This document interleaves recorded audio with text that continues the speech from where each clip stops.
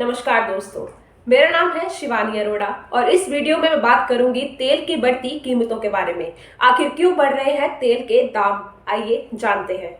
यार, तेल कितना महंगा हो गया ना।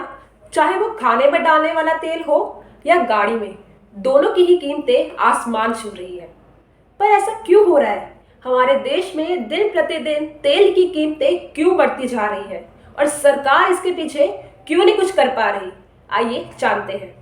इस वीडियो में बात करूंगी एडिबल ऑयल के बारे में। क्या आपको पता है दुनिया में सबसे ज्यादा इंपोर्ट और एक्सपोर्ट किन तेलों को किया जाता है? Number 1 palm oil, number 2 sunflower oil and number 3 soybean oil. क्या आपको पता है पाम ऑयल की सबसे ज्यादा प्रोडक्शन किस देश में होती है? इंडोनेशिया और मलेशिया में। सनफ्लावर ऑयल की सबसे ज्यादा प्रोडक्शन किस देश में होती है? रशिया और यूक्रेन में। और सोयाबीन ऑयल की प्रोडक्शन सबसे ज्यादा साउथ अमेरिका में होती है। पर आपके दिमाग में एक सवाल जरूर आ रहा होगा, अब पाम ऑयल की जरूरत हमें क्या? हमारे घर में तो सरसों का तेल यूज होता है, नारियल का तेल यूज होता है। पाम ऑयल चाहे महंगा हो चाहे सस्ता हो, हमें क्या? तो आप बिल्कुल गलत है। पाम ऑयल का इस्तेमाल आपके डेली बेसिस पे यूज की जा रही चीजों में होता है, चाहे वो शैम्पूज हो, सोप हो या आपके बाहर के फ्राइड चीजें खाने वाली या फिर फ्राइज या फिर चिप्स और कुछ भी, इन सब में पाम ऑयल मिला होता है। और अगर आप ये सोचें कि पाम ऑयल की वैल्यू बढ़े या घटे, हमें क्या फर्क पड़ता है, तो आप बिल्कुल गलत है। पाम ऑयल भी हमारे लिए उतना ही जरूरी है जितना कि सनफ्लावर ऑयल और सोयाबीन ऑयल। अब इंडोनेशिया में ऐसा क्या चल रहा है जिसके कारण पाम ऑयल की कीमतें इतनी बढ़ चुकी हैं? तो दोस्तों, इंडोनेशिया ने पाम ऑयल पे अपनी एक्सपोर्ट वैल्यू बहुत ज़्यादा इंक्रीज कर दी है, जिसके कारण हमें ये पाम ऑयल महंगा मिल रहा है।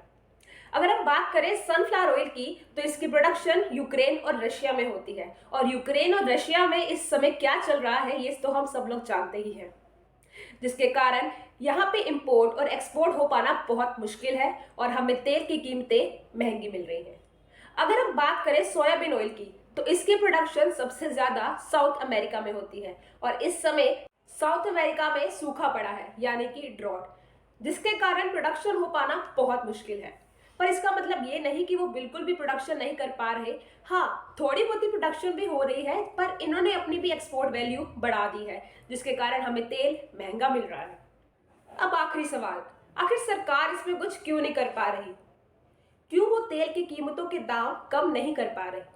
अरे भाई, अगर प्रोडक्शन इंडिया में हो रही होती तो सरकार शायद ही कुछ कर पाती। पर अब जब इंपोर्ट होके तेल आ रहा है, उस पे एक्सपोर्ट वैल्यू इतनी ज्यादा है, अब सरकार भी कुछ ना कुछ तो टैक्स लगाएगी ना, तो कीमतें कहाँ से कम होगी, है ना? अब आने वाले टाइम पे देखते हैं कि इसकी कीमतें बढ़ती हैं या कम होती है। तब तक आप जुड़े रहिए मेरे साथ और अगर वीडियो पसंद आता है तो लाइक और सब्सक्राइब जरूर करें। Thank you.